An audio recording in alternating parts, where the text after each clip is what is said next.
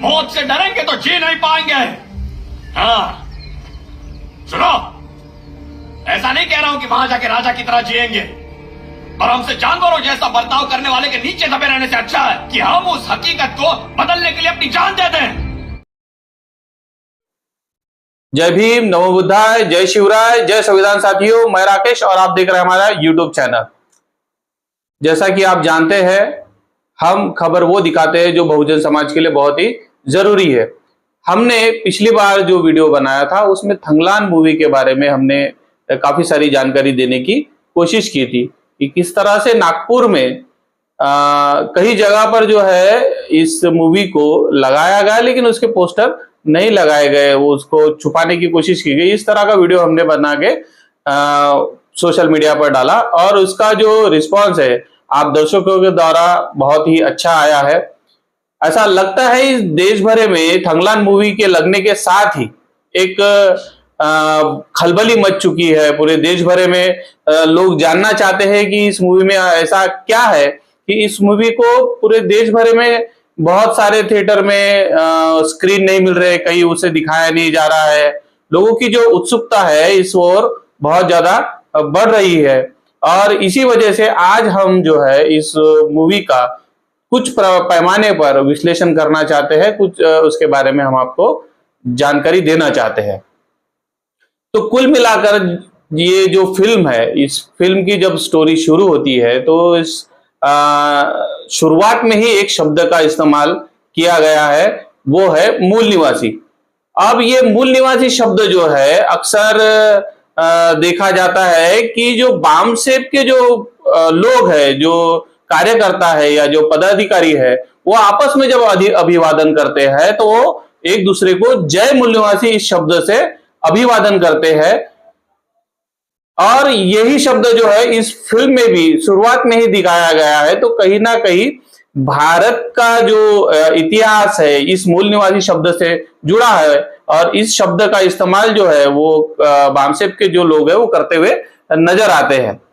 आगे जब हम चलते हैं तो इस फिल्म में काफी सारे जो दृश्य है उसमें सिंबल इस तरह से इस्तेमाल किए गए हैं कि एक नायक के घर के सामने महिला आती है, उसके हाथ के ऊपर में पीपल की पत्ती गुदाई हुई होती है और आप जानते हैं कि पीपल की पत्ती जो है वो कहीं ना कहीं बुद्ध के साथ में जुड़ी हुई है। जब नायक अपने बच्चों को कहानी सुनाता रहा है तो कहानी सुनाते समय वो एक हाथी वाले पहाड़ की बात करता है और एक बड़ा पहाड़ भी उसमें दिखाया गया है जिसका जो आकार है वो हाथी जैसा होता है। और हाथी यह जो प्राणी है ये भी बुद्ध के साथ में जुड़ा हुआ प्राणी है। तो इस तरह से जो सिंबल है वो कहीं ना कहीं बुद्ध की ओर इशारा करते हैं।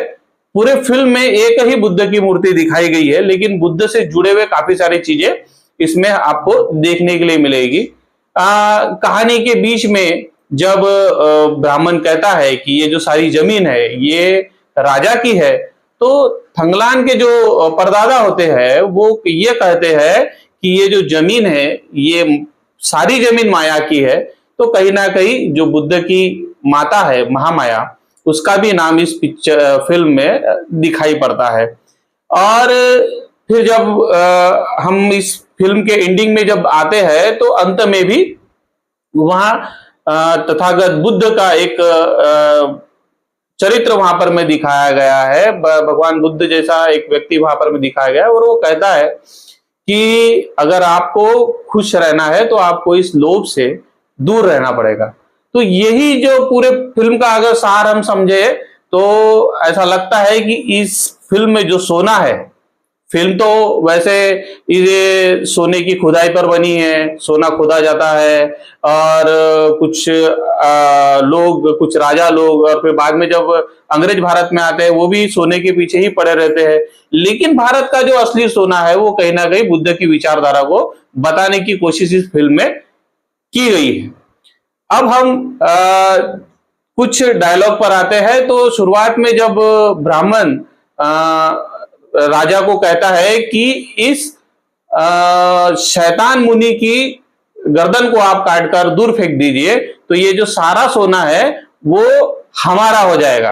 तो ये नहीं कहता कि ये जो सोना है राजा जी ये आपका होगा, वो कहता है ये सारा सोना हमारा हो जाएगा। इसका मतलब वो कहीं ना कहीं बुद्ध को खत्म करके भारत की जो संपदा है उसको खुद के पास लाने या खुद का हक अधिकार बनाने के लिए उस राजा को वो प्रोत्साहित करता है कि वो बुद्ध की मूर्ति को खंडित कर दे। ब्राह्मण कहता है कि इस शैतान मुनि का सर काट दो, और किसे कहता है?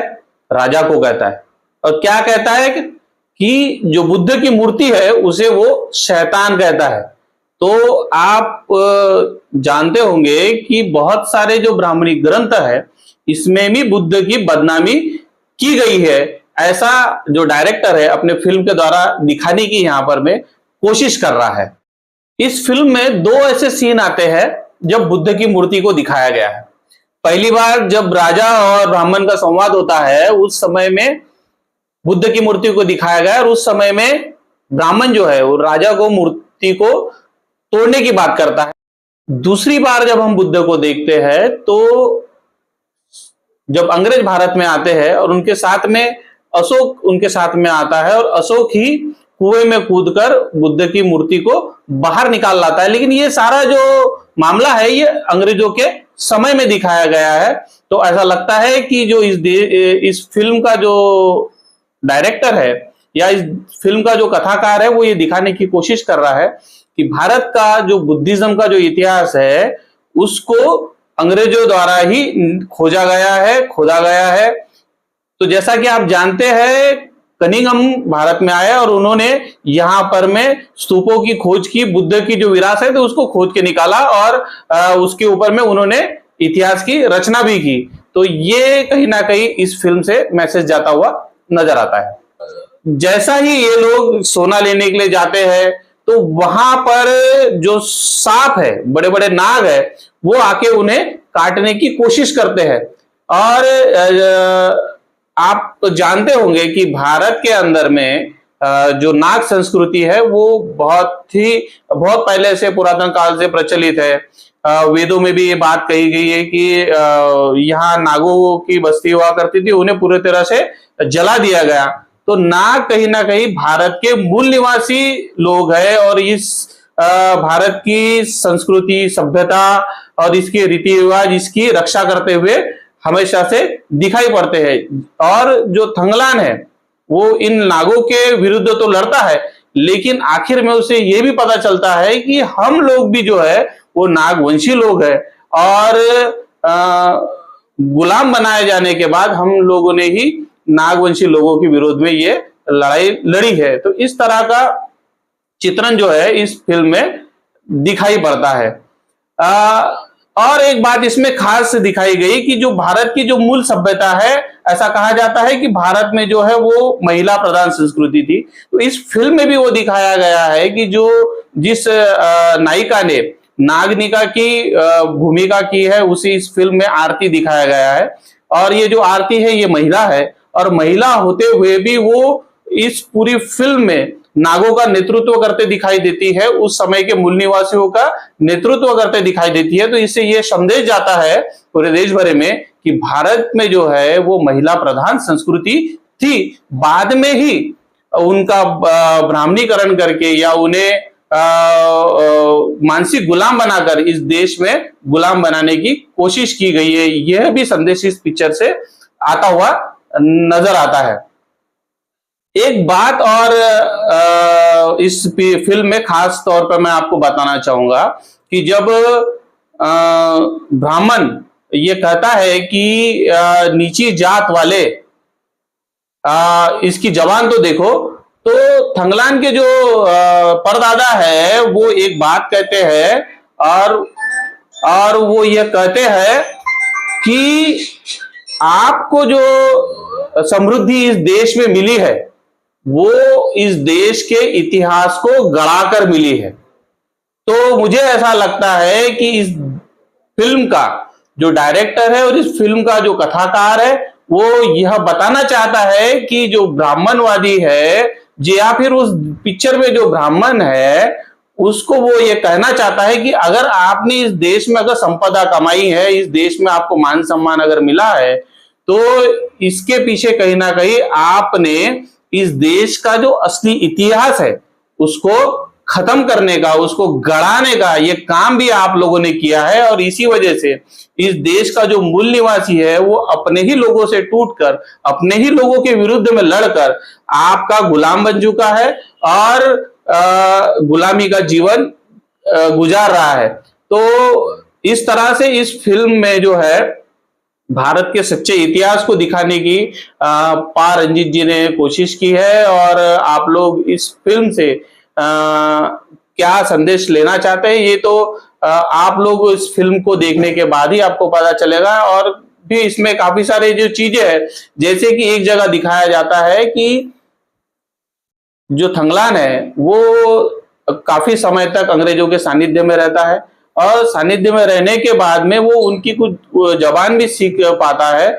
उसके वजह से वो अपने लोगों को, जो अंग्रेज उनको जो बात बताता है कि मैं आप लोगों द्वारा जो सोना निकाला जाएगा उसमें से कुछ हिस्सा मैं आपको दूंगा, आप मेरे लिए काम करो। लेकिन उनके साथ में जो व्यक्ति खड़ा होता है वो ये बताता है कि आप लोग मेरे गुलाम हो। लेकिन जो थंगलान है वो उनके साथ में रहते हुए आया था, इस वजह से उसको ये बात को समझ पाता है। इसका मतलब उसने वो शिक्षा ग्रहण की होती है कि ये जो अंग्रेज व्यक्ति है ये क्या कह रहा है और वो अपने लोगों को सही सही जानकारी दे पाता है। इसका मतलब इससे यह जाहिर होता है कि जो बाबा साहब ने कहा था, जो शिक्षा है वो शेरनी का दूध है और जो पिएगा वो अपने लोगों को सही सही जानकारी दे पाएगा। इसमें एक बात बड़ी खास है, जो सम्राट अशोक जिन्होंने इस देश में 84,000 स्तूप बनाए उनका भी जिक्र इस पिक्चर में आता है। लेकिन यहां पर में जो अशोक है वो थंगलान का बेटा होता है। लेकिन जब अंग्रेज यहां आते हैं और अंग्रेजों के साथ में जब वो सोना खुदाई के लिए जाता है तो उस समय में अशोक को ही वहां पर में बुद्ध की कटी हुई मूर्ति का सिर प्राप्त होता है और उसी के हाथों उस मूर्ति को जोड़ा जाता है, उसी के हाथों उस मूर्ति को खड़ा किया जाता है। तो यहाँ पर में जो डायरेक्टर है या इस देश का जो कहानीकार है वो दिखाने की कोशिश कर रहा है कि भारत में सम्राट अशोक ने ही 84,000 स्तूप बनाए, बुद्ध की विरासत को बचा के रखा, संग्रहित करके रखा। और आज भी हम पूरे देश भर में जब खुदाई करते हैं तो हमें ऐसा पता चलता है कि इस देश में जो इतिहास है वो कहीं ना कहीं बुद्ध का ही इतिहास गाड़ा गया है। तो ये बात तो जो है वो थंगलान के जो पूर्वज है वो भी इस फिल्म में करते हुए नजर आते हैं।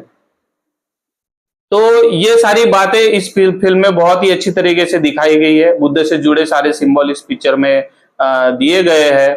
और इस फिल्म को तो काफी जगह रोकने की ऐसा लग रहा है कि कोशिश की जा रही है, कहीं पोस्टर नहीं लग रहा है, कहीं स्क्रीन नहीं मिल रहा है। लेकिन फिर भी मैं बहुजन समाज और इस देश के नागवंशी मूल निवासी लोगों को अपील करता हूं कि कोशिश कीजिए कि अपने क्षेत्र में जाकर या और कहीं जहां पे आपको मिल सकती है तो ये फिल्म को जरूर देखिए। इस फिल्म से आप अपने सच्चे इतिहास को समझ पाएंगे। इस देश का जो इतिहास है वो कहीं ना कहीं ब्राह्मणवाद विरुद्ध बुद्धिज्म है और इसी इतिहास को इस फिल्म में दिखाने की कोशिश पा रंजन जी ने की है। और ये जो तथ्य मैंने आप लोगों को बताया है, इन सारे तथ्यों के साथ में आप इन पिक्चर को मिला के देखने की कोशिश करेंगे तो आपको इस फिल्म का जो सार है बिल्कुल समझ में आएगा। तो इसी के साथ हम यहाँ पर रुकते हैं। धन्यवाद।